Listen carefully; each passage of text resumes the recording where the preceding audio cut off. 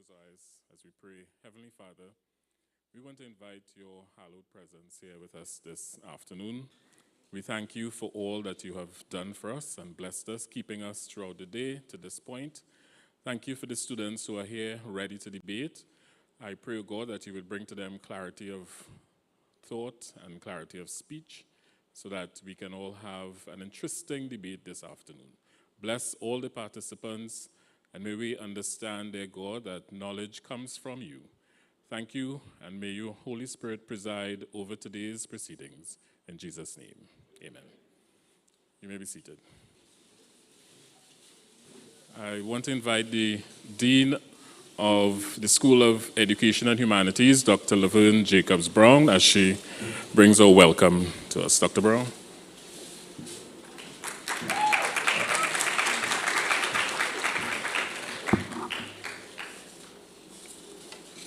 In the words of Jesse Jackson, Black American activist, deliberation and debate is the way you stir the soul of our democracy.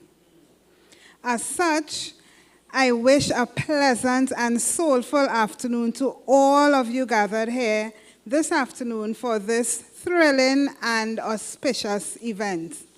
And some of you indeed are looking very, very auspicious. We sincerely welcome all of our specially invited guests, our expert judges, and all members of our USC campus community to our Dr. Shirley A. McGarrell Future Leaders Debating Competition, the President's Edition. I pause for applause.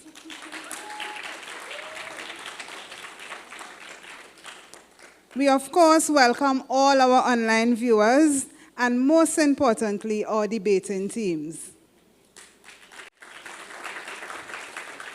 I must say that I am very, very proud of our debating teams, the School of Theology and Religion, and of course, the School of Social Sciences.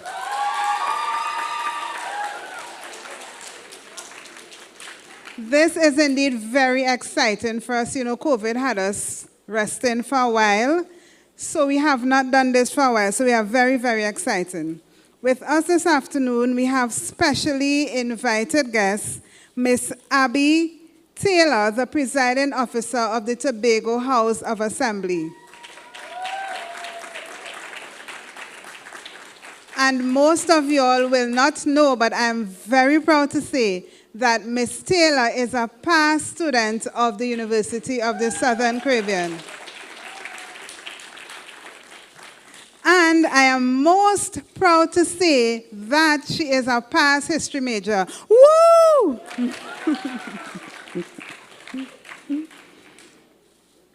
The Future Leaders Debating Competition has been an annual event on our USC campus for a few years. And as we have returned to in-person teaching and learning, we are quite happy to resume this co-curricular tournament that interrogates significant topics, develops and showcases our talented student orators, and provides training and opportunities for these, our future leaders. We have been doing this competition since 2013. This semester, we have partnered with the office of our dear president to make our event even more memorable. I would therefore now invite Dr. Colwick Wilson, our USC president, to bring his own welcome and officially relaunch our competition. After he speaks, we will hear brief remarks from our specially invited guest, Ms. Abby Taylor. Thank you very much.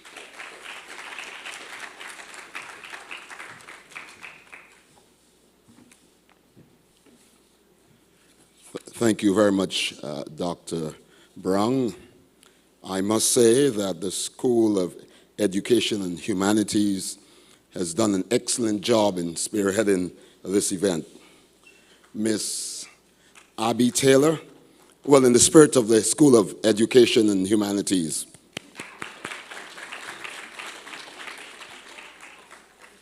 Miss Abby Taylor, presiding officer of the Tobago House of Assembly and a graduate of the class of 2012. Adjudicators, Mrs. Petronetta Pierre Robertson, Mr. Randall Hector, Mr. Dale Enoch, university administrators and colleagues, faculty, staff, students, and of course, our well-dressed, brilliant debating teams and online viewers. I must say a good afternoon to you all. It is with great pride and pleasure that I welcome you to this debate contest being hosted here at USC this afternoon. I've taken keen interest in being a part of this competition, and I wish I had the opportunity that you have when I was a student here at USC, CUC, because of a number of reasons, including the fact that my past work with debating teams left me wanting more such an experience. Also because of the fact that USC is celebrating this year its 95th anniversary being here in the Valley. 95 years. At least we deserve a round of applause. And I think importantly, because of the decision to honor my forerunner, one of the distinguished presidents of this university, the late Dr. Shirley McGarrell. I suspect that family members of Dr. Shirley McGarrell may be online at this time. I'm indebted and I'm indeed honored to be the patron of this year's competition. I'm honored to welcome our distinguished guest to our campus. I'm sorry that the rain came down at an inappropriate time. Well, who am I to judge that? And to have our specialist adjudicators assess our students. I'm honored to partner with the School of Education and Humanities and the Division of Student Services and Enrollment Management to sponsor our prizes to relaunch the Dr. Shirley Ann McGarrell's Future Leaders Debate Competition here at USC in this historical year of 2022. I am especially grateful, I don't see her here, to Miss Shirley Lyons for organizing, is she here? And after I'm finished with a sentence, you will put your hands together. I'm especially grateful to Miss Shirley Lyons for organizing and orchestrating this most significant event. Now you may give her a round of applause.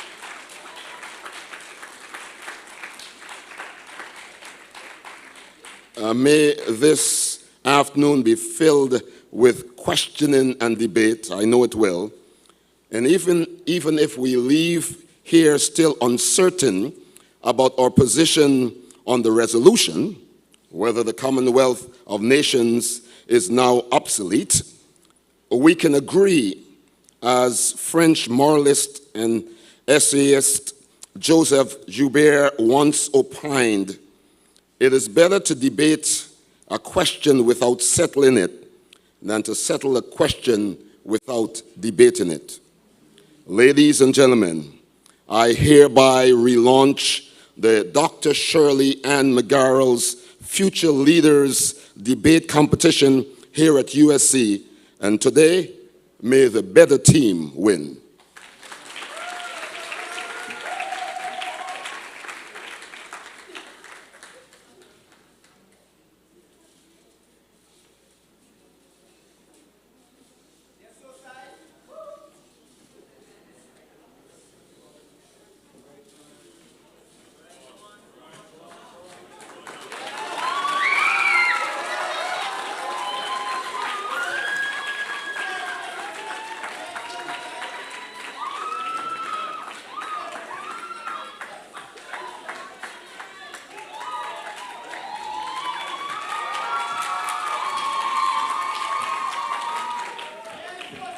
Papa, you.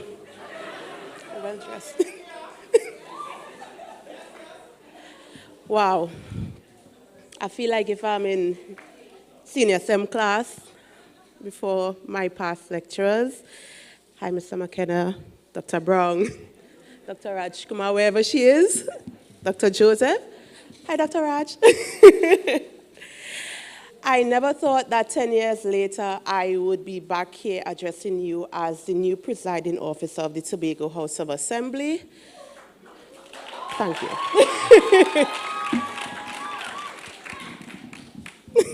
Nevertheless, here I am.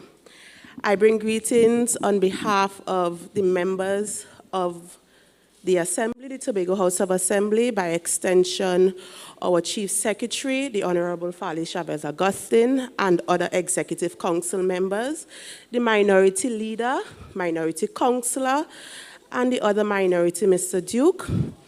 I also bring interesting times we have in Tobago. But all of that plays out in democracy, right? This is democracy, live and direct for you all. I also bring greetings on behalf of my very dedicated staff at the Tobago House of Assembly, Assembly Legislature. I am also pleased to have been invited to speak, and even more so to hear the discourse on a topic that was chosen, and I quote, "Be it resolved that the continued existence of the Commonwealth of Nations is merely a remnant of colonial nostalgia." That's a mouthful. As a student of history, I cannot wait to hear this debate unfold. The goalposts somehow for what democracy is seems to be shifting as every new governance or government takes the helm. Ideas and ideologies of nationalism, patriotism, islandism, all the isms and schisms seems to impact what democracy truly is. But as presiding officer of the Tobago House of Assembly, I have a particular bird's eye view as to what democracy truly is. And it is events like these, this debate, please don't take it for granted what you're doing here, speaks to exactly what democracy is. What remains constant in our pursuit of the kind of democracy that secures our freedom and safeguards the enjoyment of that democracy every day? We go to school, work, religious places and spaces, or fete matches. The freedom of assembly and expression and opinion. It is a world that is very different from our colonial past in many ways. In others, however, we still bear evidence of that past. Yet we survive to enjoy our independence nationally and in Tobago. Through internal self-government in the Tobago House of Assembly, the Assembly Legislature, we have a lot to be thankful for. And please don't ever take what we enjoy for granted. But we also have a lot of work to do if we are to achieve democracy that we truly aspire to. Again, I say thank you on behalf of the members of the Tobago House of Assembly, and I'm really looking forward to hearing what these debaters have to say. I hope it is as enjoyable as my plenary sittings. Have a good day.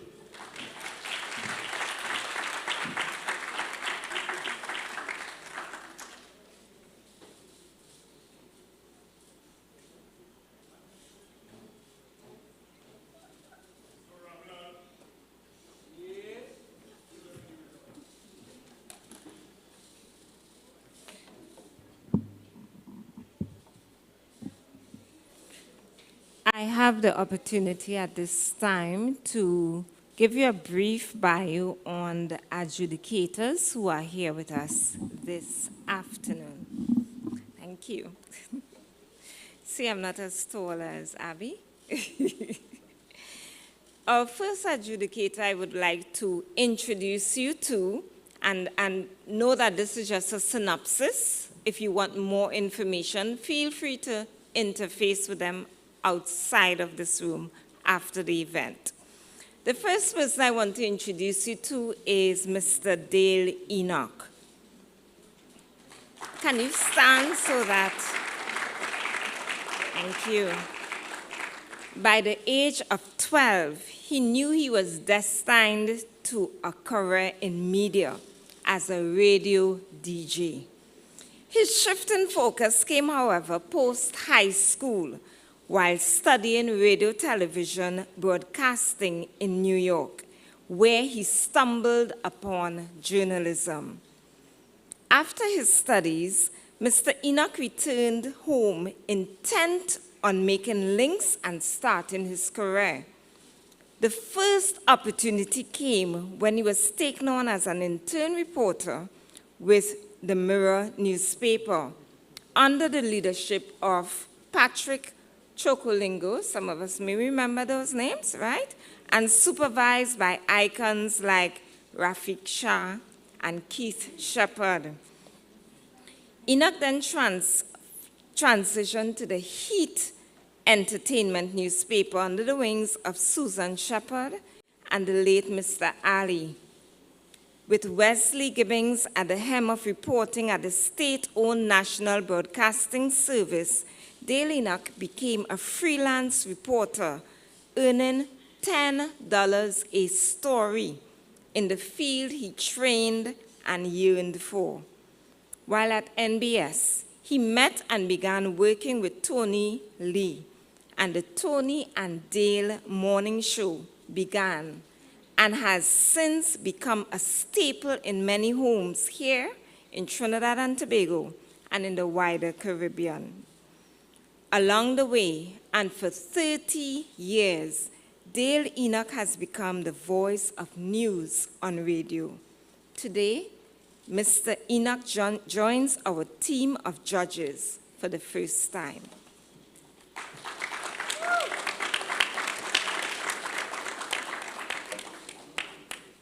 Our second adjudicator, Mr. Randall Hector.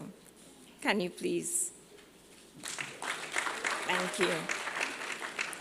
Mr. Hector is one of our returning adjudicators and an attorney at law who has specialized in litigation for the past 16 years. He spent several practicing as a prosecutor with the Office of the Director of Public Prosecutions as a criminal law advocate before moving on to the Office of the Solicitor General as a civil law advocate. After leaving public service, Randall Hector started his own firm and is now the managing attorney at R.W. Hector and Associates and enjoys a robust practice before the Court of Appeal, High Court, and Industrial Court.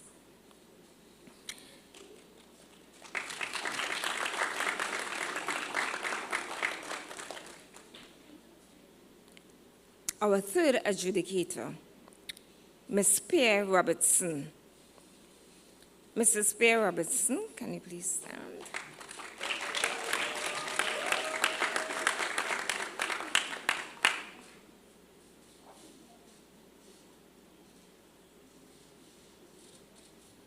Give me a minute. Thank you.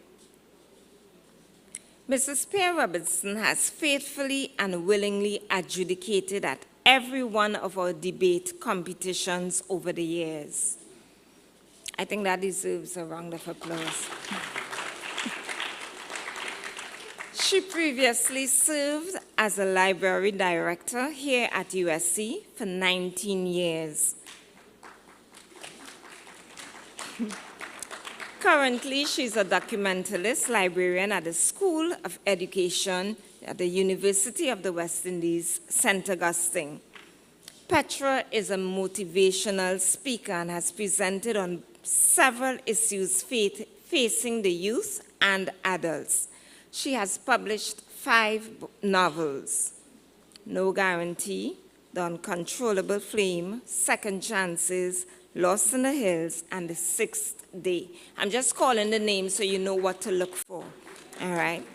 Petra as she is better known, is particularly interested in literature as therapy, and as such is currently engaged in interdisciplinary research in literature and domestic violence as a PhD student in Gender and Development Studies at the University of the West Indies in St. Augustine. This afternoon, in our debate, she will serve as our chief adjudicator.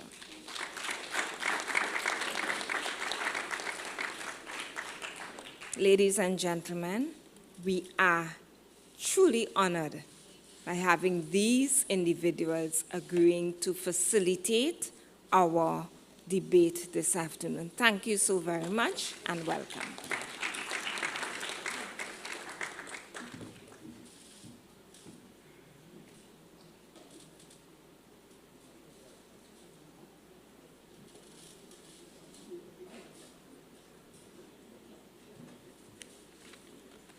Good afternoon, all.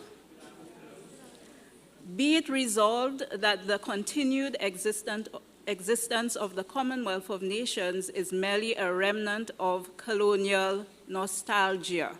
That is the moot. I present to you our valiant teams, the School of Theology, STAR,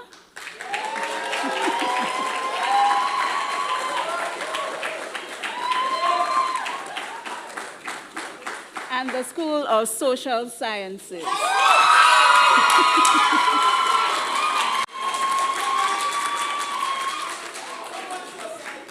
Okay, and this is the order in which we will go. The first proposition, the first opposition. Pardon? Your other proposition? Oh, sorry. Okay, so first proposition and first opposition. Second proposition, sorry, and second opposition. And then we will have the third proposition and the third opposition. And our teams will be adjudicated on their presentation, research, and argumentation skills. And the prizes that they will be vying for is the Shirley A. McGarrell Trophy, as well as the Best Debater Trophy, the Best Research Trophy, and Best Display of Teamwork. Then we have the first prize, which will be $10,000 for the winning team.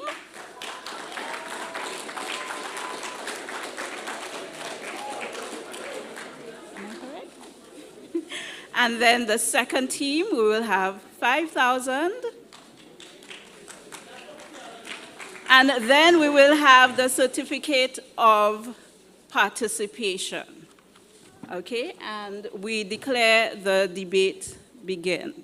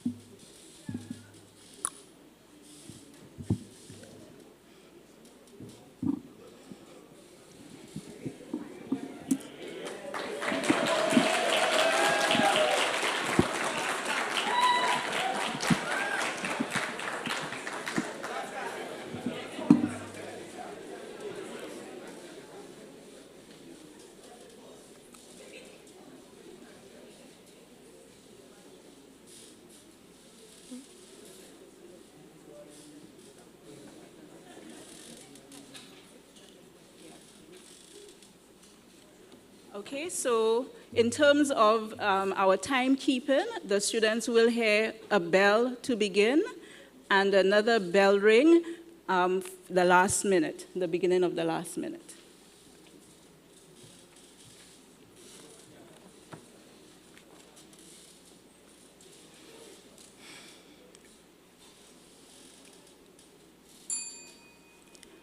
Madam Moderators, Dr. Colwick Wilson, USC President and patron of this debate, specially invited guests, Ms. Abby Taylor, Presiding Officer of the Tobago House of Assembly, honorable judges, members of the opposing team, university, administration, faculty, staff, and students, fellow supporters, online viewers, ladies and gentlemen, good afternoon. My name is Sienna Cyril, a member of the team from the School of Social Sciences. I stand here today in support of the moot that the continued existence of the Commonwealth of Nations is merely a remnant of colonial nostalgia.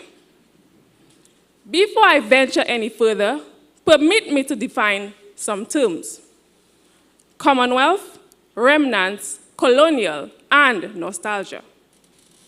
On the website, thecommonwealth.org, this organization is defined as a voluntary association of 56 independent and equal countries.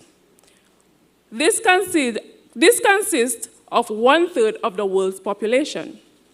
These include first world countries as well as developing states.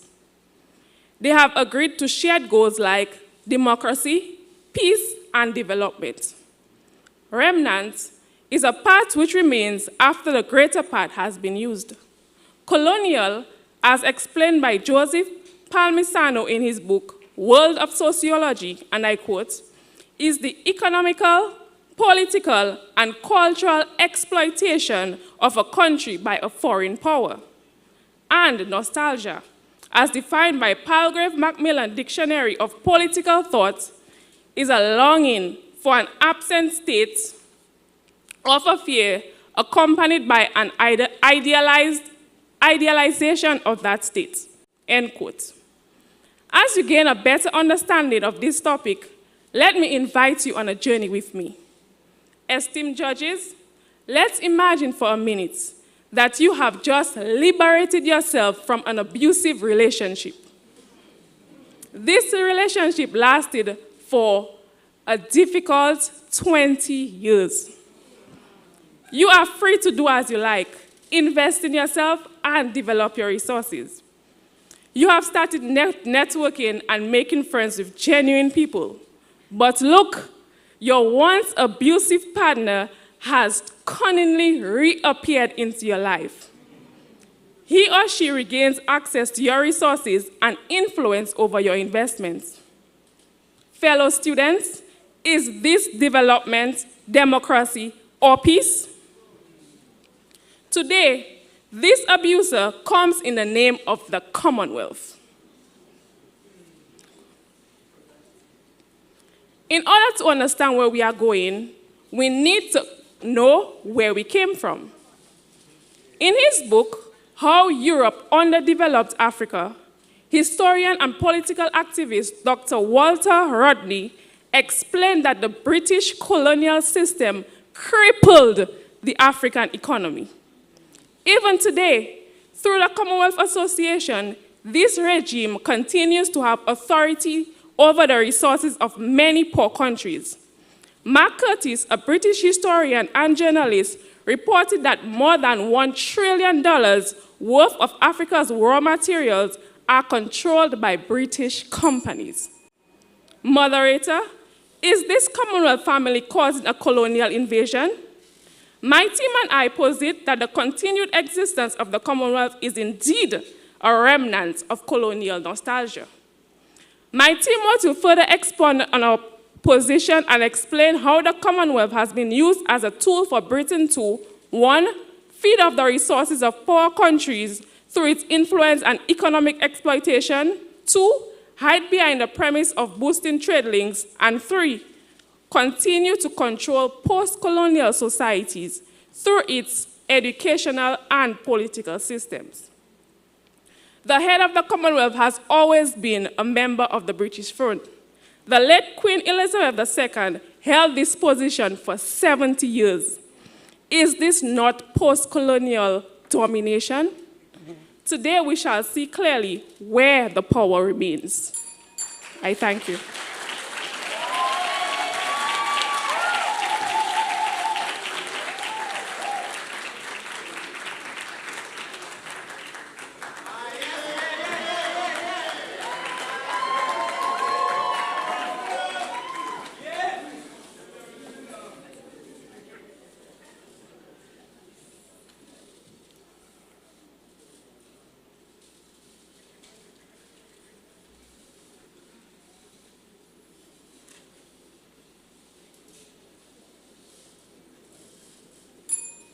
Good afternoon, Madam Moderators, Dr. Kolick Wilson, President and Patron of this debate, distinguished guests, Ms. Abby Taylor, Presiding Officer of the Tobago House of Assembly, honorable judges, university administrators, faculty and staff, my dear opponents, fellow students, and online viewers. My name is Devon Ramlal from the team representing the School of Theology and Religion. We thank you for taking an interest on this pertinent topic about the Commonwealth. Be it resolved that the continued existence of the Commonwealth of Nations is merely a remnant of colonial nostalgia. This afternoon, my team and I adamantly oppose this preposterous motion and instead state that the Commonwealth, with its 56 member countries comprised of 2.5 billion individuals, that's nearly 1/3 of the world's populations, of which, did you know, are over 60% are under the age of 30, is an institution with a deliberate plan of action aimed at improving the quality of life, especially for small states like the Caribbean islands. Some areas of efficiency that the Commonwealth has been prominent in and of which we can testify to in their manifesto are education policies. The Commonwealth continues, emphasis on the word continues, to improve access to equal education for individual empowerment, including at the tertiary level, especially for marginalized groups like young women. Secondly, the Commonwealth champions democracy. It strengthens democratic institutions and offers integral support during crucial events such as the electoral process, which is upcoming in Dominica, to ensure it is safe and fair. Thirdly, the Commonwealth, the very existence of the Commonwealth, is a testimony of diversity which combats institutional racism, prejudice, and discrimination. To quote the Prime Minister of Fiji, J.V. Bainimarama, the Commonwealth continues to play a leading role in global affairs. The wonderful thing about the Commonwealth is the strength we all derive from our ability to share our experiences and learn from each other. Now I pose a question to the intellectual minds present here in the audience. If the Commonwealth is obsolete, if the Commonwealth, as my opponent described it, is an abuser, then why do countries continue to apply for membership? With Gabon and Togo, note that both countries have a colonial past, becoming its newest members in June of this year, 2022. Can someone explain it to me? Think about it, and you will logically conclude that membership in the global community of the Commonwealth benefits any country more than remaining reserved in the stagnant mentality of colonialism, which my worthy opponents appear to favor. My worthy opponents need to rise above victimization mentality. That means my worthy opponents don't favor expeditious economic growth as part of the Commonwealth. They don't favor access to disaster relief funds for natural catastrophes like Hurricanes Maria and Irma, which devastated Antigua and Barbuda and Dominica. My fellow students, Brent, from these islands could attest to these experiences. My opponents don't seem to favor preventative measures against climate change, for which the Commonwealth has instituted the Finance Access Hub to implement the Paris Agreement. If they did favor these things, they would be on this side of the room. You see, my dear opponents are the only ones living with colonial nostalgia, while the rest of us are advancing toward a viable future as part of the Commonwealth. We sincerely hope that you will join us soon. In the words of the late Queen, the Commonwealth bears no resemblance to the empires of the past, but is an equal partnership of nations and races. This afternoon, as a team representing the School of Theology and Religion, we affirm that the continued existence of the Commonwealth is relevant, and in youthful lingo, I announce that the future of the Commonwealth is so blindingly bright that I have to wear shades to protect my eyesight. Thank you.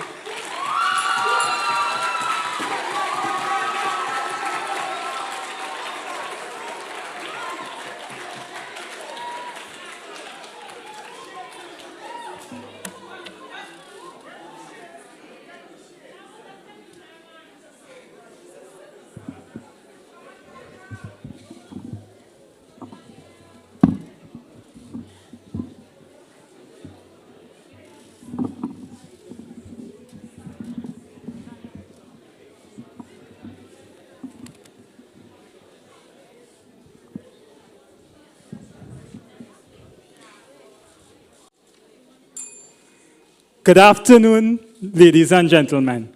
My name is Daniel Jared Anthony, and I stand here this afternoon in agreement with my team members that the continued existence of the Commonwealth of Nations is merely a remnant of colonial nostalgia. Moderator, permit me to ask this question. Is the Commonwealth really want to promote prosperity and peace for the nations involved? Let's think about it. Are we really reaping the benefits that have been promised to us? Or are we swimming at the bottom of the murky pool when we can be basking in the sunlight of the moonlit sky? Let's shift our focus a bit as I share with you the impacts that many nations face being a part of the Commonwealth.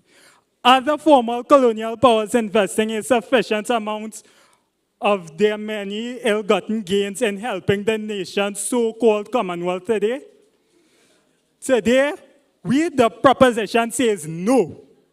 Throughout history, the Commonwealth is among the world's ancient political states association. As time passed, various British Empire's countries attained several levels of freedom through Britain.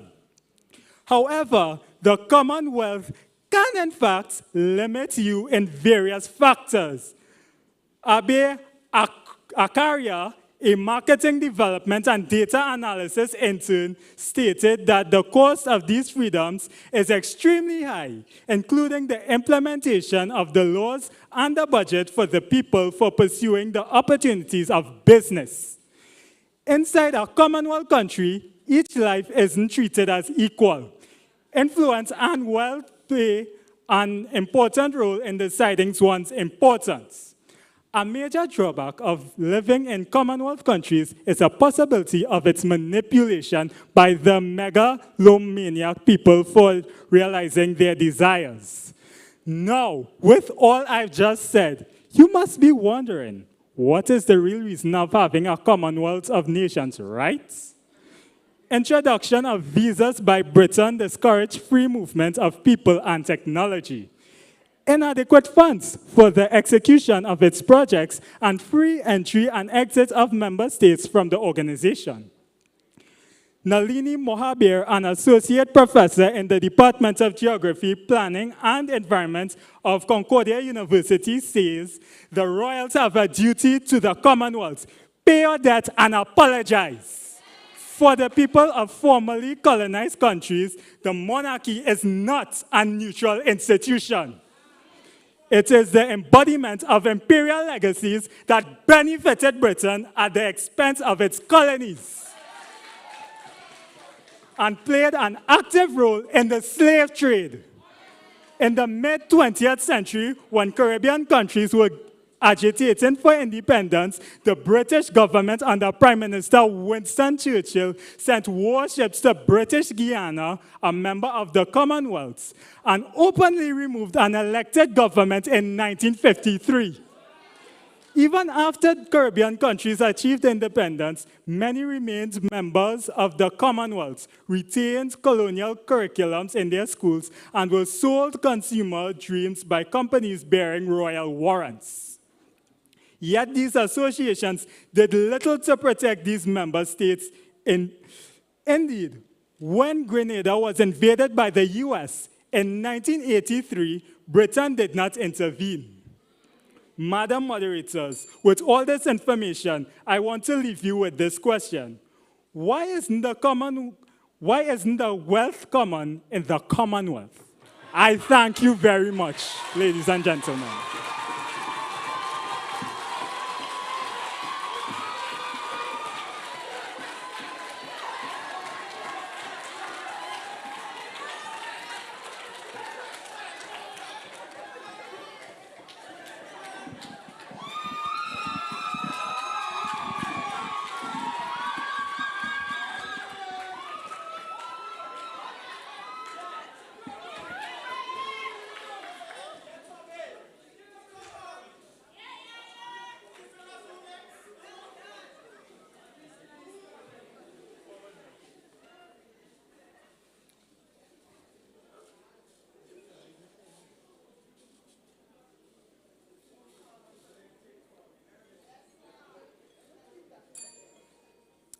Good afternoon, ladies and gentlemen. My name is Termin Ferdinand.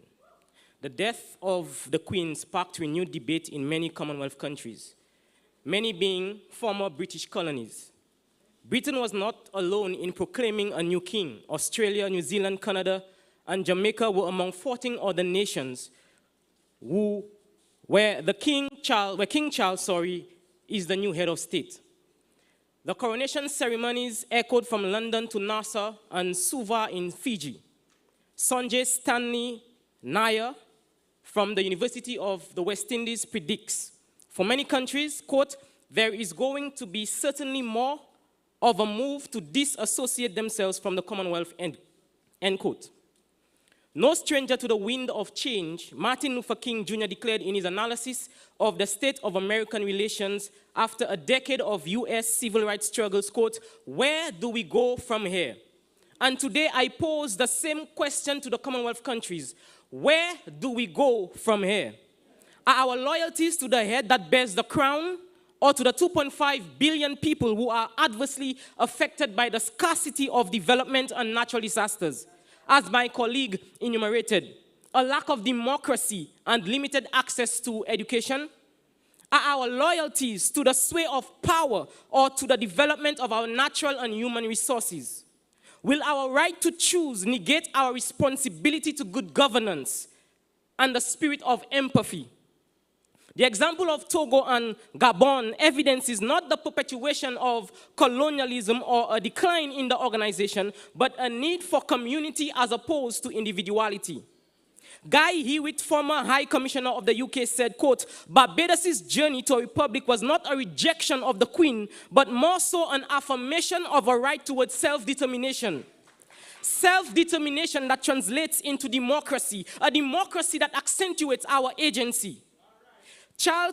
King Charles III said, quote, Parliament is the living and breathing instrument of our democracy, end quote.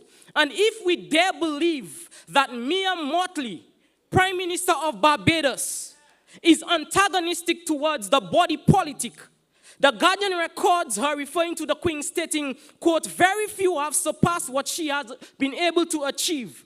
The stability which she brought to the passage of the United Kingdom from that of an empire to one of the leading developed countries reflects her ability to recognize the change that was happening, end quote. And of the king, she said, quote, a friend of Barbados and a man ahead of his times, end quote. You see, the Commonwealth strengthens democratic institutions, policies, as well as offers integral essential guidance over electoral processes. It has been observing electoral processes for over 40 years, with more than 160 elections being surveyed in more than 40 countries. In 2005, the Commonwealth committed to the Declaration of Principles for International Election Observation to ensure professionalism and credibility in the field. In education, the Commonwealth continues to improve access to quality education, especially for marginalized groups, as the members of my opposition make up today, seeking to eliminate illiteracy and innumeracy for both youth and adults.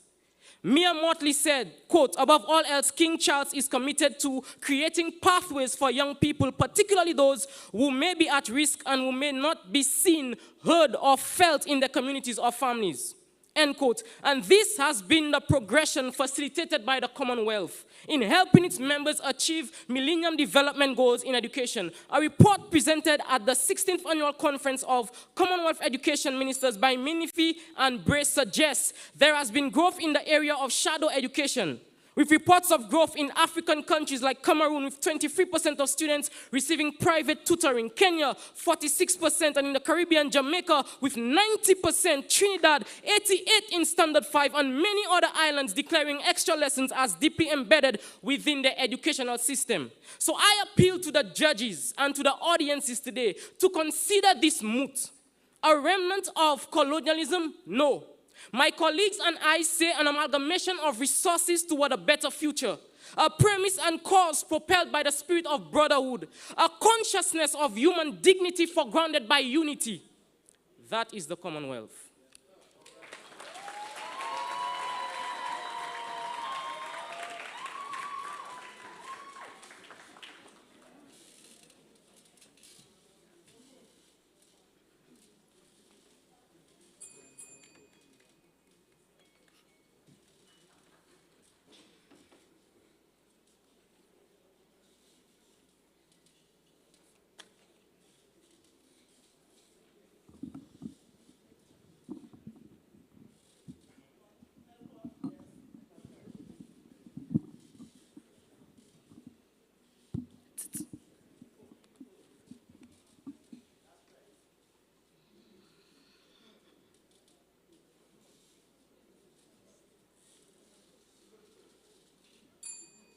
Good afternoon. I am Brenda Gordon-Rasool from the School of Social Sciences. I stand here this afternoon in support of the moot that the continued existence of the Commonwealth of Nations is merely a remnant of colonial nostalgia. Madam Moderators, the Bible says in the book of Proverbs, chapter 29 and verse 2, when the righteous are in authority, the people rejoice. But when a wicked man rules, the people mourn. Madam Moderators, the people are mourning. There are some things about the opposition's argument that needs to be addressed. The first speaker of the opposition indicated that countries keep applying for membership. We have lost our identity due to the years of being brainwashed and will take us trying things on our own without having those who have always led lead. The little handouts cannot compare to the millions that have been stolen from by those same leaders, some of which are found in some museums around the world.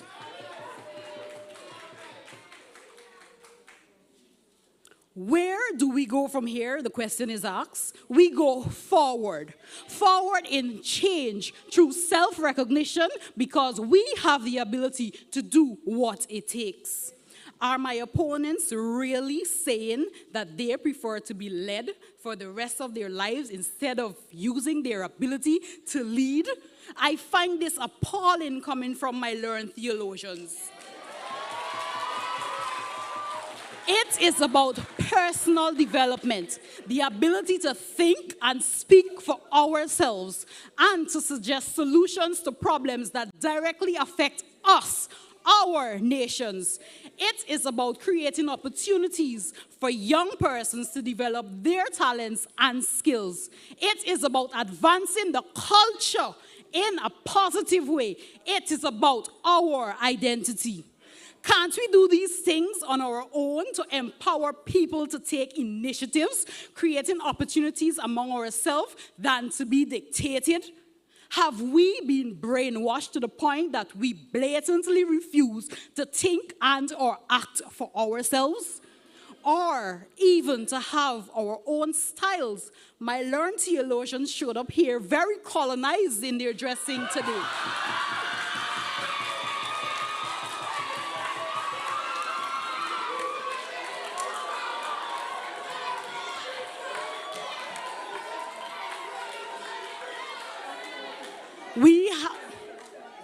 We have really not been able to escape the impact of our colonizers. I don't know about you, but I want my children and my grandchildren to have a little something, you know?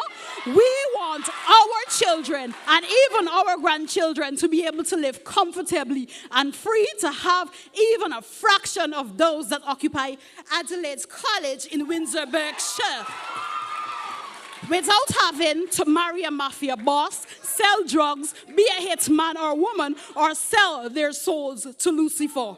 We want it done the right way, or at least to be given the chance to do so. Madam Moderators, our past is very much in our present with the Commonwealth at the head. There must come a time where we can identify as us, a people full of promises and passion in a world waiting to form our fashion and potential. My teammates and I say it is now time to act. It is not too late. We thank you.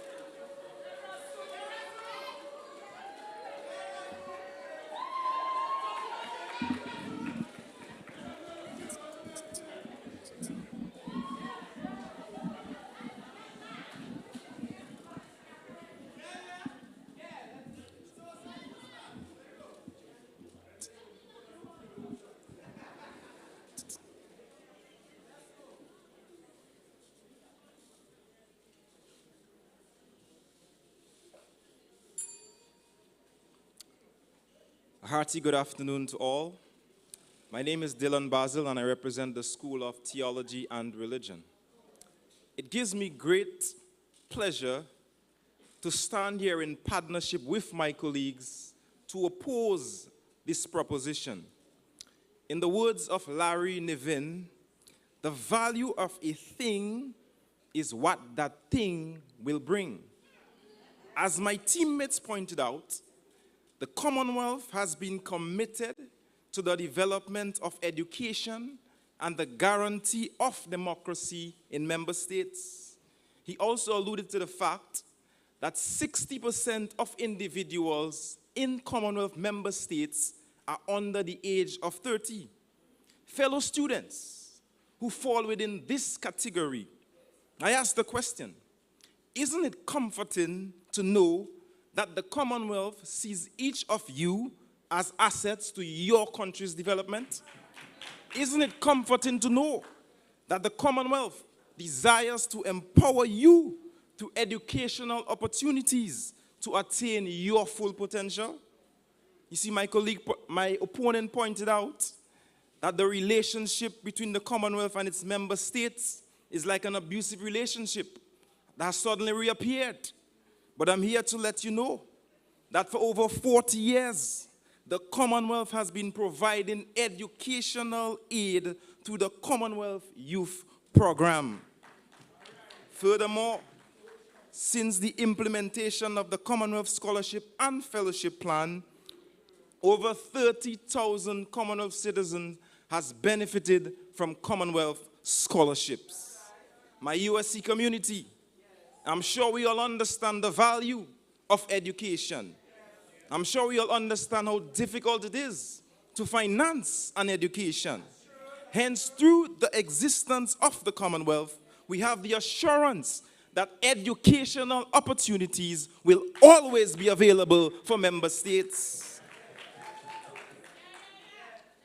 My opponent said that Britain implement visa restrictions.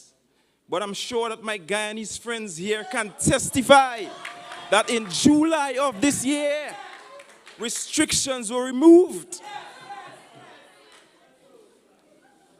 Finally, my colleague highlighted the importance of the Commonwealth in the promotion of democracy. For over 40 years, the Commonwealth has been a pioneer in the field of election observance. Whenever there are elections in member states, the Commonwealth has deployed independent observers who serve as watchmen for the election process. Expert judges, as good citizens of our various countries, I'm sure we are advocates for good governance. I'm sure we are advocates for free and fair elections. How then can we favor the position to that of my opponents? Members of the audience, from what my colleagues and I have presented here today, it is indisputable that the Commonwealth is much more than merely a remnant of colonial nostalgia, as my opponents would like you to believe. Rather, the Commonwealth is a fundamental contributor to the educational, economical, and political development of its member states, and in particular, our very own Caribbean. I thank you.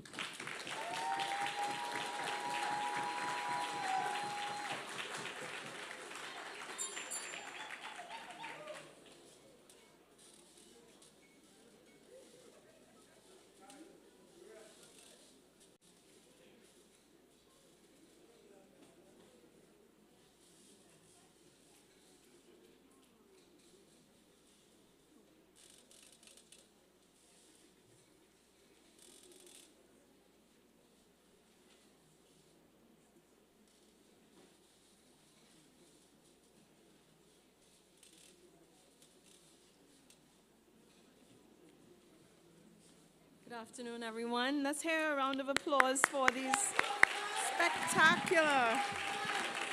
I'm sorry. Yeah, a little bit. Oh, okay. No, I have to read. I have to open the book. All right.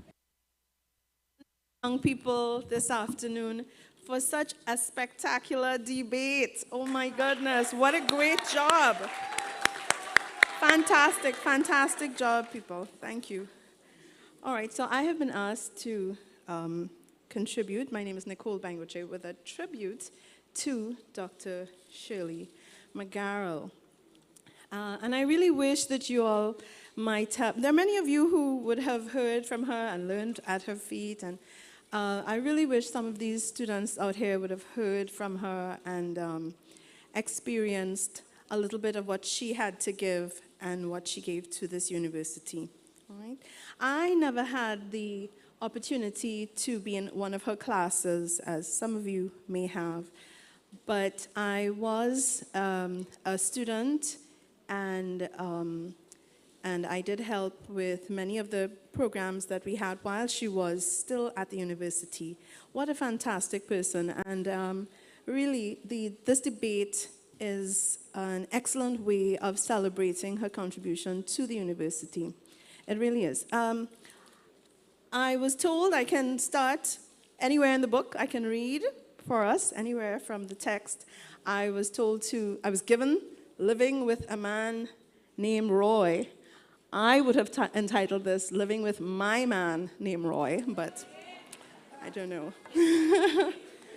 So, a little bit about this personality that was Dr. Shirley McGarrell.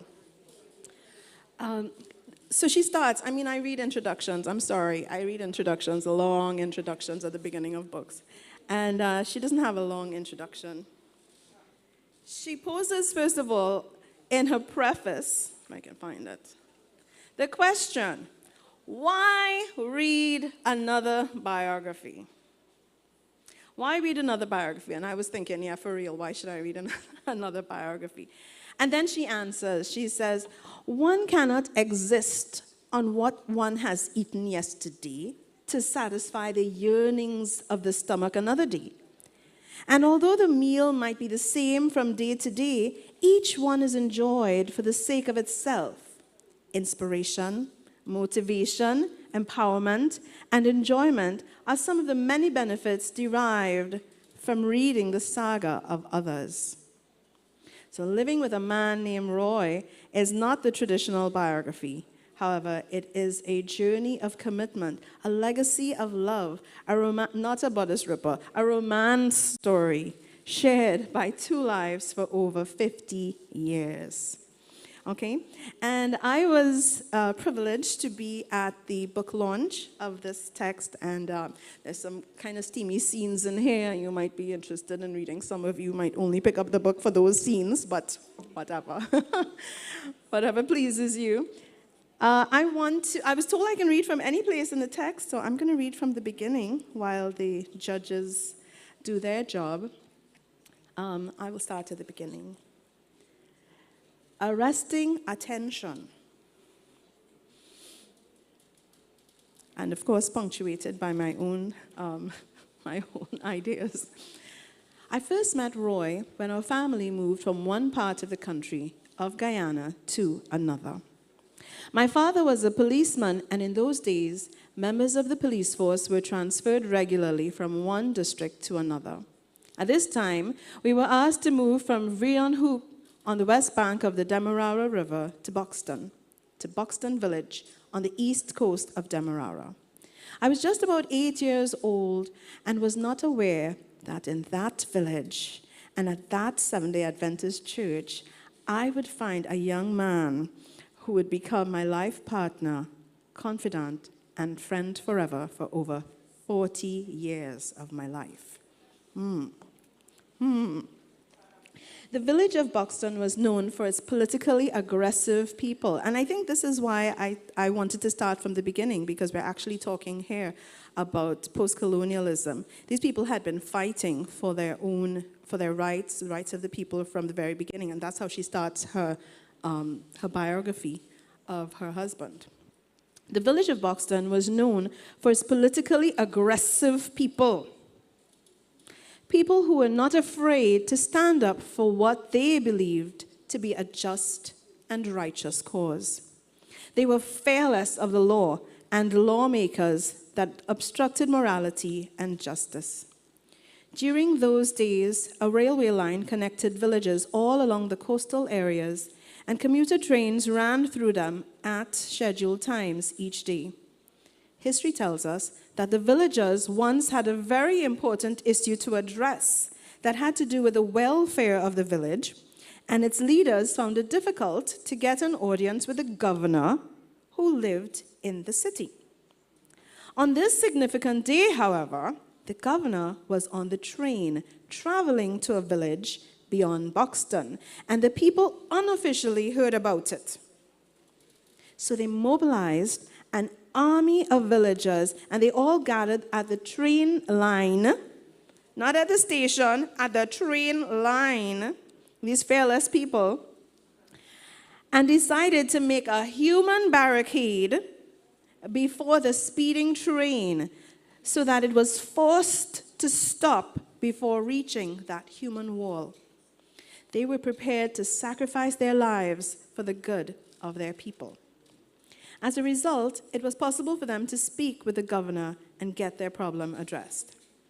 From that time, the saying has been known across the country and regions beyond that Buxtonians are terrible people, simply because they stopped a train. The colloquial expression goes this way: Buxton people stop train. It was to this village that we had come, and the little girls in my class never failed to remind me that I had come to a village, to such a village, which meant that I needed to know how to fight and defend myself. I was a very small girl in stature, not one that would command the attention of any young man or boy. However, although Roy and I attended the same church, I never paid him any attention, and I never thought he would even notice someone like me. He became a staunch friend of my older brother, Gordon. In fact, they lived like brothers, and one dark, rainy night in a large schoolroom, after the young people of our church had staged a Mother's Day program for the community, I met Roy.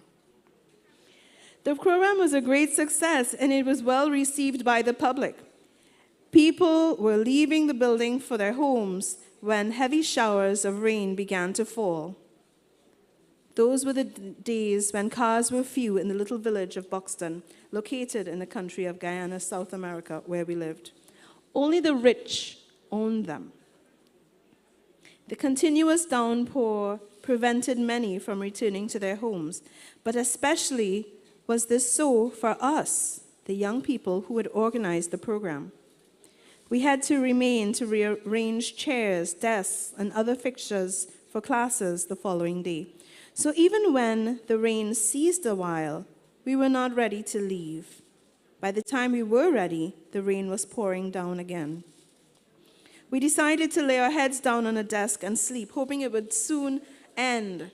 From the corners of my eyes, I saw him not far away from me, and in the stillness of the room, I heard him say, "You are so proud. You feel you're better than others, but you don't talk to people." What? Excuse me? Was this young teacher speaking to me, I wondered? I had seen him several times at church, and he associated closely with my brother and others of his age group, but I never thought he was interested in me. He was older than I and more popular, and I was small in stature, and I had few friends my age. "Are you speaking to me?" I added, and I'm doing my neck like this. "Are you speaking to me?" I asked, slightly raising my head to look in his direction. "Yes, I am. You're proud. You must think a lot of yourself. And what have I done to be accused like this in the quiet of this night? Because," and this is the confession, the declaration of love, "because I admire you." Woo. He's a little aggressive. I think he comes in a little strong there. I don't know. "Because I admire you, and you won't heed my attention. You look like an angel in that beautiful white dress." "Well, thank you, but I think you're very wrong." I'm not a proud person. I never knew you even noticed me. I was just trying to get some sleep. Then he said, I just want to talk with you. Can we talk a little? And he now started to songwrite. He now started to songwrite to me. I don't know. It was only then that I realized Roy was trying to gain my attention. And from that hour, which was around 10 o'clock in the evening to approximately 2 o'clock in the morning, Roy and I talked. When the rain finally stopped, I, along with my father and other siblings, walked home in the darkness, the brick country roads made bright only by the light of the giant torch that my father held in his hand. We got home and slept for just a few hours before the sun rose in the eastern sky, and when I awoke, I knew that I had fallen in love with a man named Roy.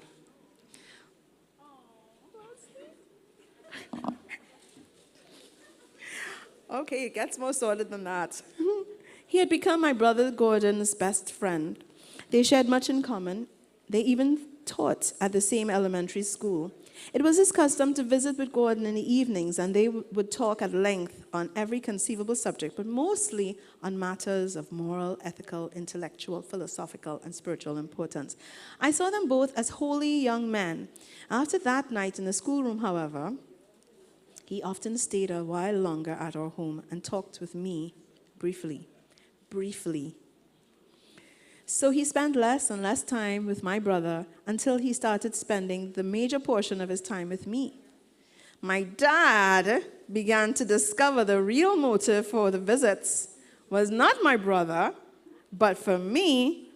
Still, since he loved him and saw him as a decent and dignified young man, he didn't prevent him from staying on.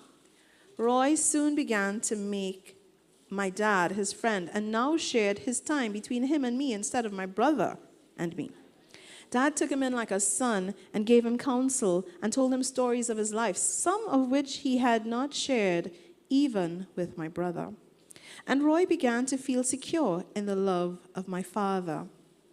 My dad was close to us, his children. Well, he raised us up as a single parent with the assistance of paid domestic helpers who served for various periods of time. My mother was unwell for most of our growing up years and had been institutionalized. Dad was the best Christian we, his children, knew, and he was fully committed to training and nurturing us, giving us quality time after his working hours as a respected policeman in the village. Soon, Roy's weekly Saturday night visits became less and less for Dad and more for me. He would often leave our home at the socially acceptable time of 10 o'clock. What did we do during those hours? Well,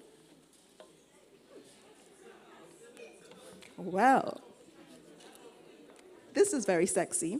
He assisted me with a correspondence course I was taking from Bennett's College in England in order to gain general certificate exams. What kind of man?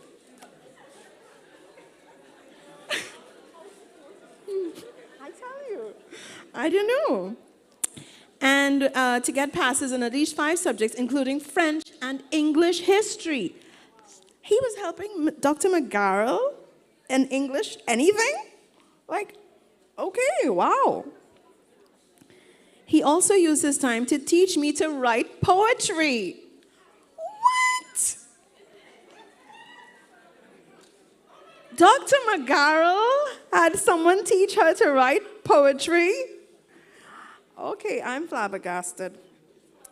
So Dr. McGarrell, Dr. Pastor McGarrell, is helping Dr. McGarrell, the English teacher and professor in English. It just blew my mind. Who could teach Dr. McGarrell anything in English? I mean, please.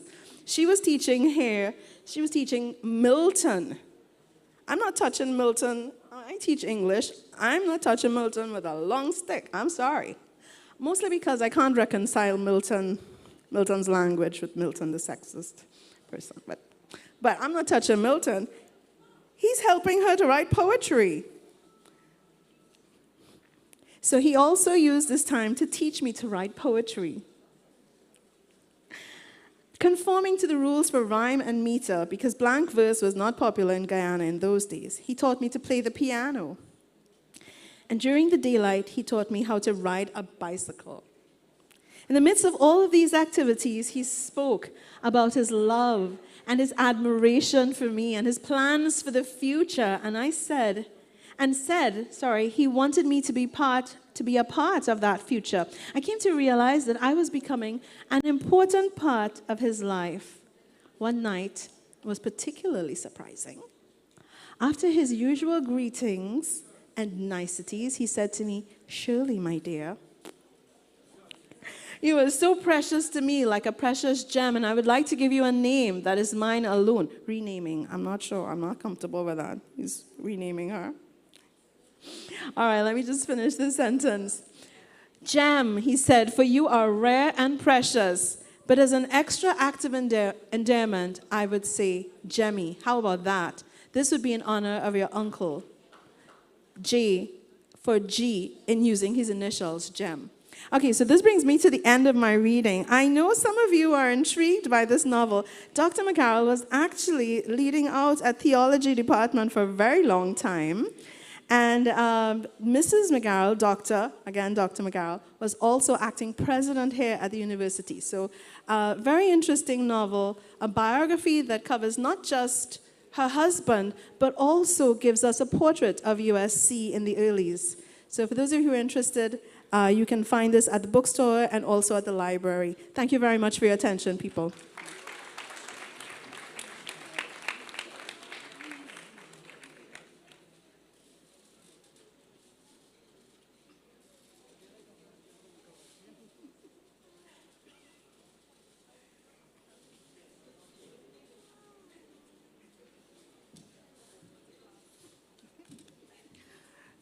Good afternoon, everyone. I am here as a representative of the Dr. Shirley McGarrell Future Leaders Debate Competition President's Edition 2022 Committee to congratulate our debaters. I am so proud of them. Our team, our committee, our team worked with them, and I am really pleased to see that our efforts bore fruit. I'm really proud of their diligence this afternoon, their attention to all of the training that they received. And as we await the results of the judges, I think they are just about ready to share with us the results. I want us to give them a round of applause showing our appreciation before we hear the results. As we know, the judges' results are always going to be final here at USC.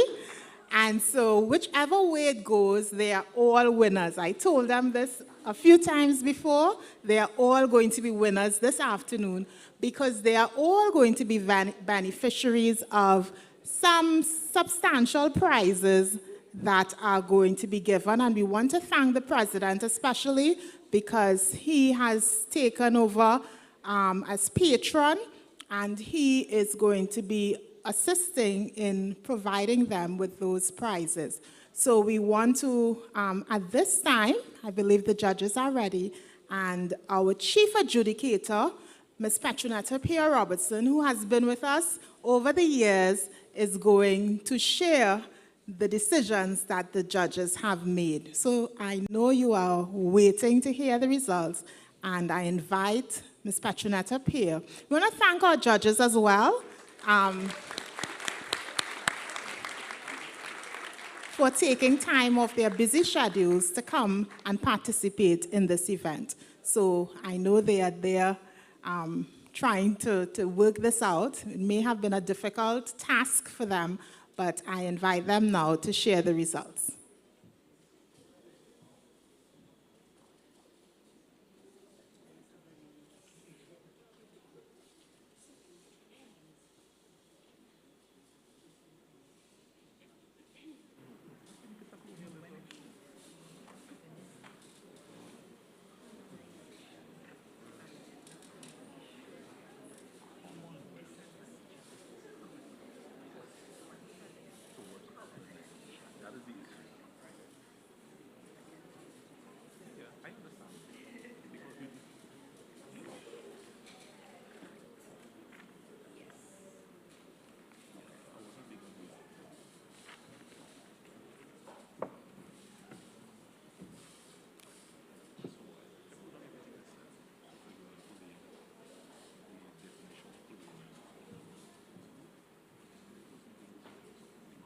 Okay, good afternoon, everyone.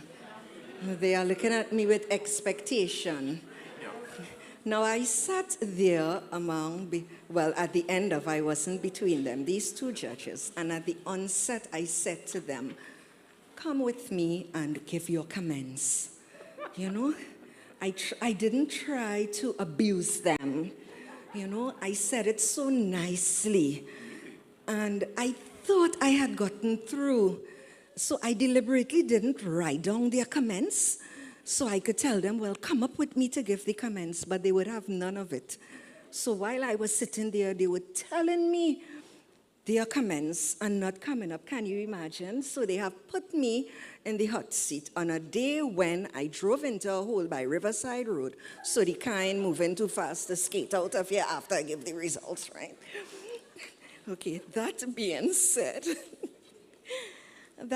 said, we looked at 3 areas, of course, and it's good to be here again. Thank you for having me again. Yes, I've been at all of them, and also provided comments and served as the chief judge. Having said that, we looked at the 3 areas. We looked at presentation skills, argumentative skills, or argumentation as they called it, and we also looked at research. So, of course, the librarian would have covered the research. The journalist would have covered the presentation, and the lawyer would have covered the argument. So we were looking at different areas in each of the presenters. We took the totals that we had individual. I'm showing you, you know, these days with election, you have to show transparency, right, Pastor Marshall? Right, President and Provost? We have to transparency.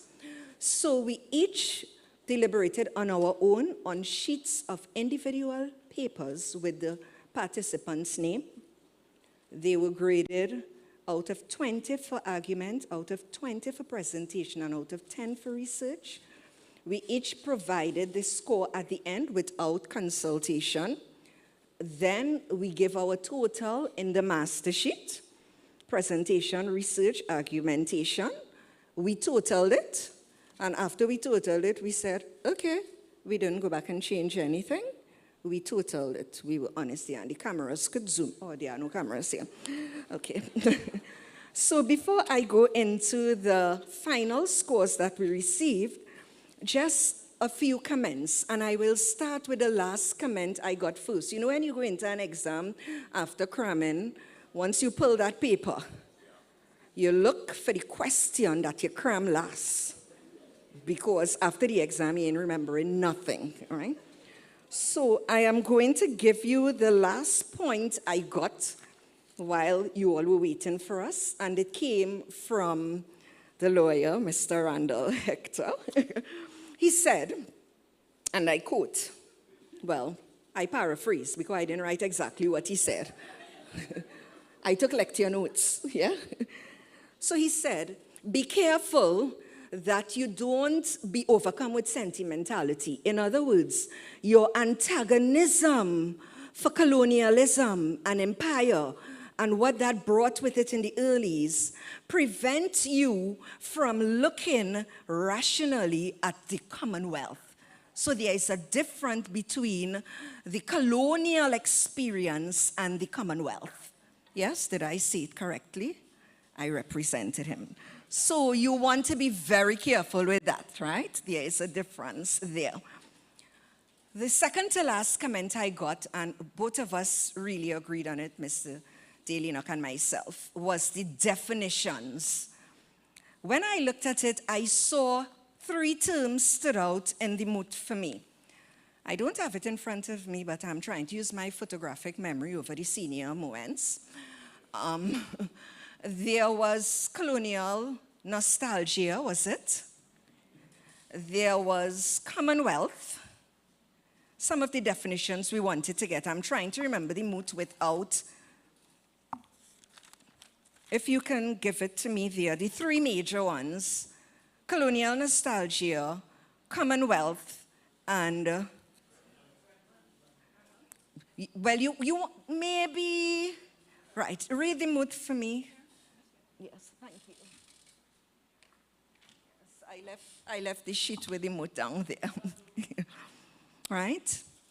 The continued existence of the Commonwealth of Nations is a remnant of colonial nostalgia. So we wanted to get not just Commonwealth, but Commonwealth of Nations and the nostalgia, the colonial nostalgia. So those are the two predominant terms that Mr. Hector would have mentioned there. So you want to make sure your definitions are crisp. We didn't get much of that. Now, there was also, when you are making your points, as good as the points sound, you have to remember that you need to provide support for the points. And that's where research comes in. So if you are telling me that a whole number of persons benefited from education and from Commonwealth and from, then you have to tell me where you got that statistics. You may as well be pulling rabbits out of a hat without any support for it, right? Also, if you are throwing quotes in, the quotes must build the argument. So from the moment you begin to speak, we should see whose side you are on, and we shouldn't think, wait, they're arguing for the other side. And we are waiting for you because you may throw in a support, in other words, sending a congratulatory message to someone is not the same as supporting what they are doing. So you have to be very careful that the quotes you throw in support your moot. Also, quoting is not research. So when we talk research, we are talking about a number of academic papers, and this is a university. Well, I can't say any of you would have been here when you did any library research modules with me, because they would have long graduated. Dr. Clark, I'm now seeing you there. You would have long graduated, but I'm sure you would have been told that you need to use academic sources. And there are a whole lot of academic sources on colonial nostalgia and the Commonwealth that could have been used. So be careful that the websites that you are using, and I looked at a website that was quoted, and it said, this website is for sale. Right? I'm a librarian. I had two devices up there. In case one go, I have the other one. So be careful with your sources. In terms of presentation, don't let animations and gesticulations overpower the content, right? Don't overdo it. Don't let the animations distract from what you are saying.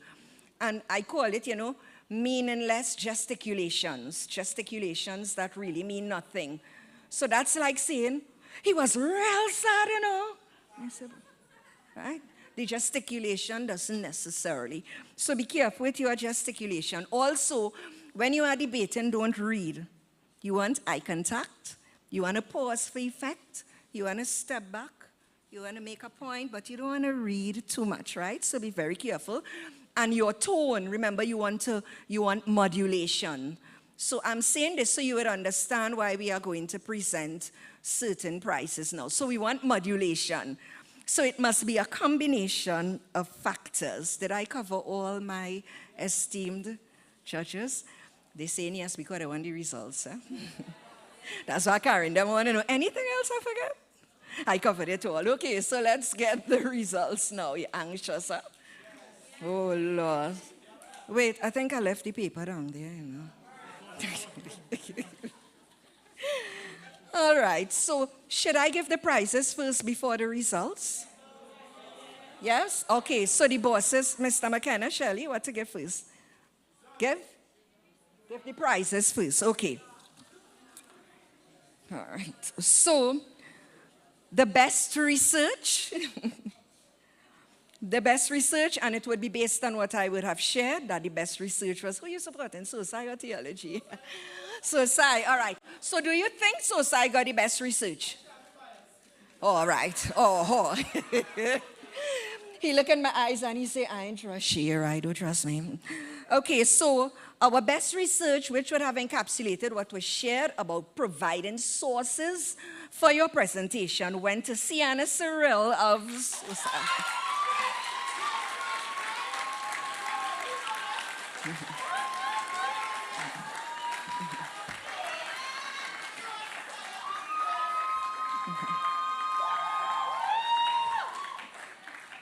only one thing, disclaimer, only one thing would have almost prevented her from getting it, but she had enough other sources to compensate. Commonwealth.org is for sale, okay? All right, so we go to the best debater. This was a little more difficult. We had 3 considerations. We had, like I forget. That's only to send you all crazy, okay? All right, and I don't want to give the wrong results like certain people, right? All right, we had Brenda Gordon Rasool as a candidate for the best researcher. We had, huh?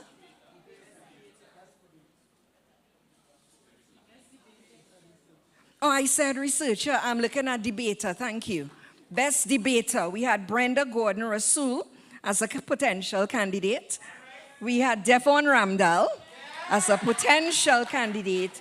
And we also had Dylan Basil as a potential candidate. I must pause here to say that 3 of them delivered in their own unique way.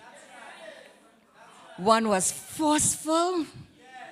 One was calm, orating, and effective. And the other, the words just rolled off the lips. Yeah? Yeah? So it's very difficult in those circumstances to choose. But having considered all, having looked at our notes, having deliberated long and hard, we decided we would give it to Devon Ramdal.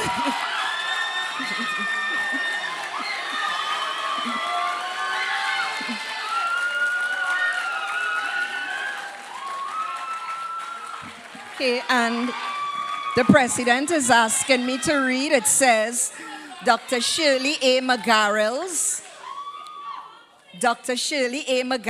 Future Leaders Debate Competition, President Edition 2022, Best Debater.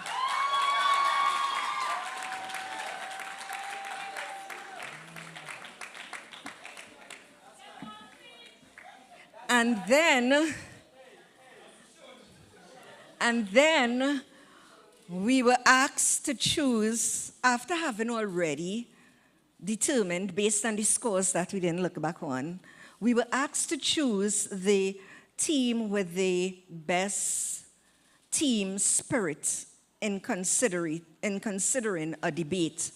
So that took us, Mr. Enoch and Mr. Hector, that took us back to our debating days in school, you know, in terms of, we had to do some stepping back to see what evidence is there to support that this team. And the evidence we chose was what would suggest to us as a panel of judges, what would suggest to us that after hearing the argument, the team somehow consolidated and say, let's rebut this. We didn't plan for this, but we have this. As opposed to, this is what I have, and I'm going to read it and hope that it responds to.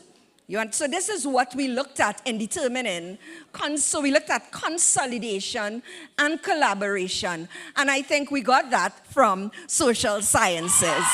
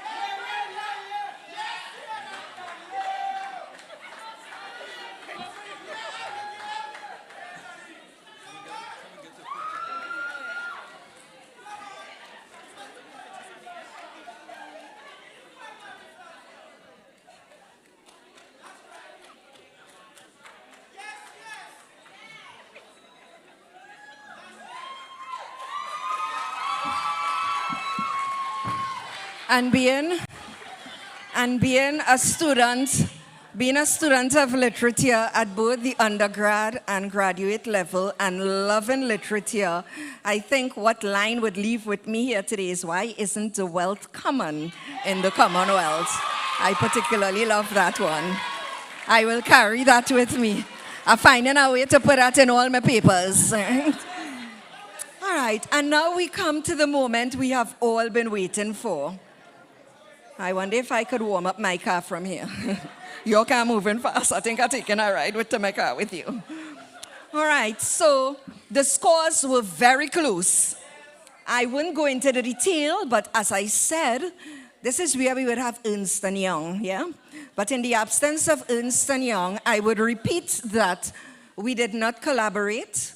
We basically give scores.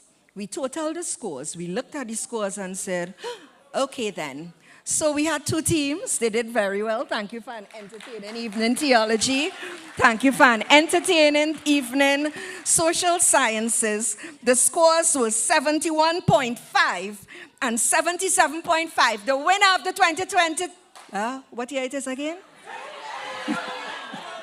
The winner of the 2022 Future Leaders Debate, Shirley McGarrell, Future Leaders Debate, President's Edition is Theology.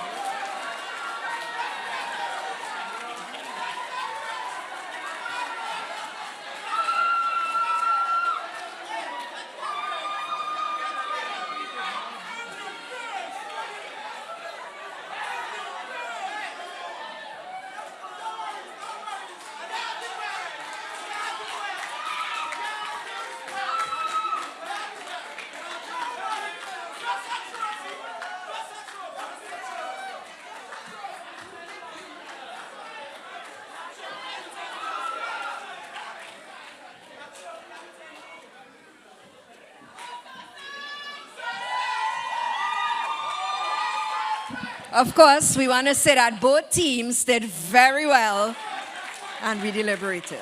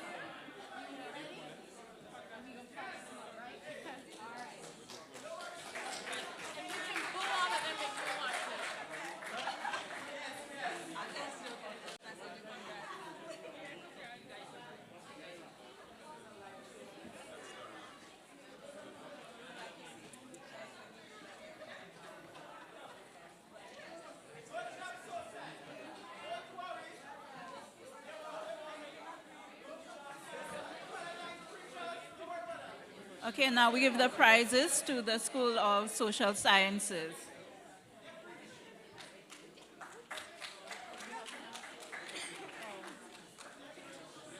Brenda Rasso. Yes, I just said it. Yeah. Said Brenda. What's the name? Brenda.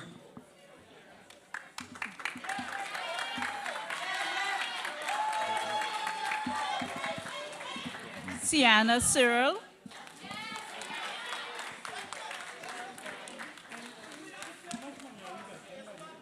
Daniel Anthony.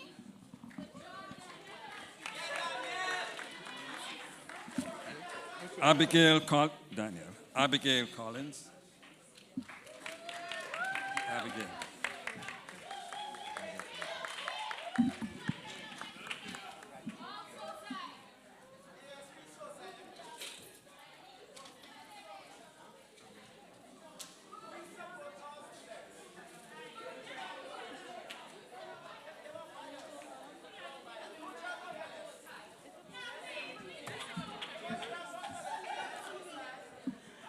At this time, we would like to invite our specially invited guest, Ms. Abby Taylor, to present to the School of Theology and its debating team our trophy.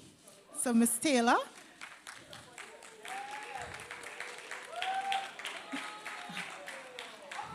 Can one of you collect on behalf of your team? You can offer any words to them if you want.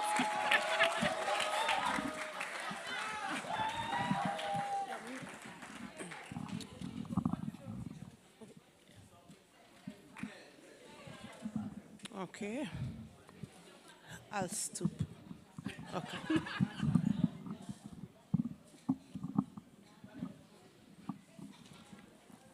Good afternoon again. Just like to say congratulations to the winning team. Job well done. But more importantly, to the runner-up. Listen, I've never placed first at anything. And look where I am for today. Congratulations. Keep at it. Next year, we're taking the trophy home.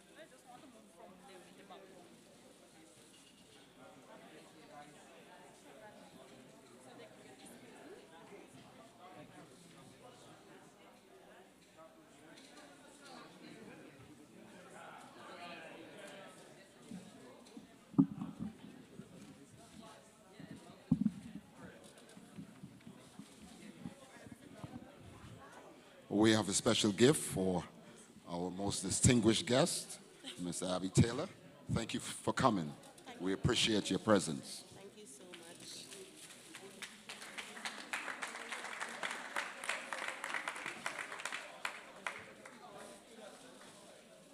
Thank you so much. It's a pleasure.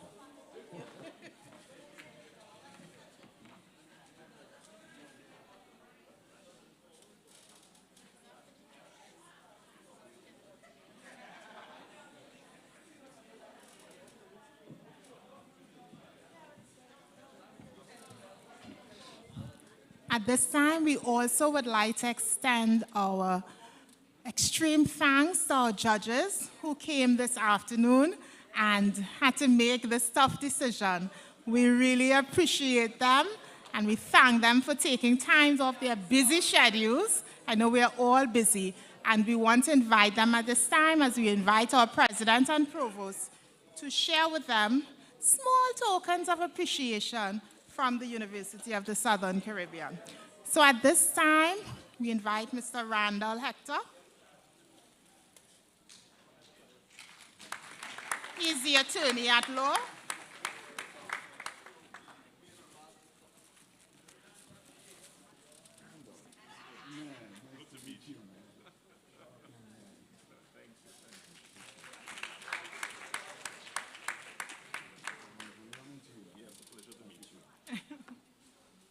Thank you, Mr. Hector. We would like to invite Mr. Dale Enoch as our provost hands over this token of appreciation. Thank you so much for coming.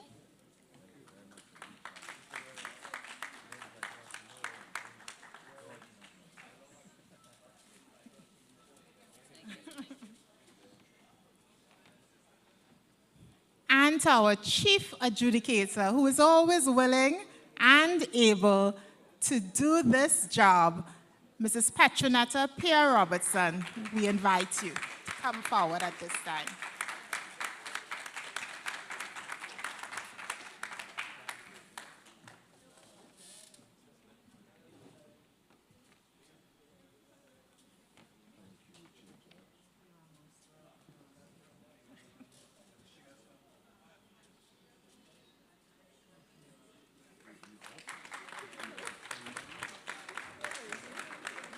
We really want to thank everyone for your presence here this afternoon. Our students, we know classes are, have started, but we want to invite our judges, our special guest, Ms. Abby Taylor, our dean, our president and provost, and our teams to just come for a photo shoot, and we will allow you to leave soon after. So if you can just come forward, our teams, our president, provost,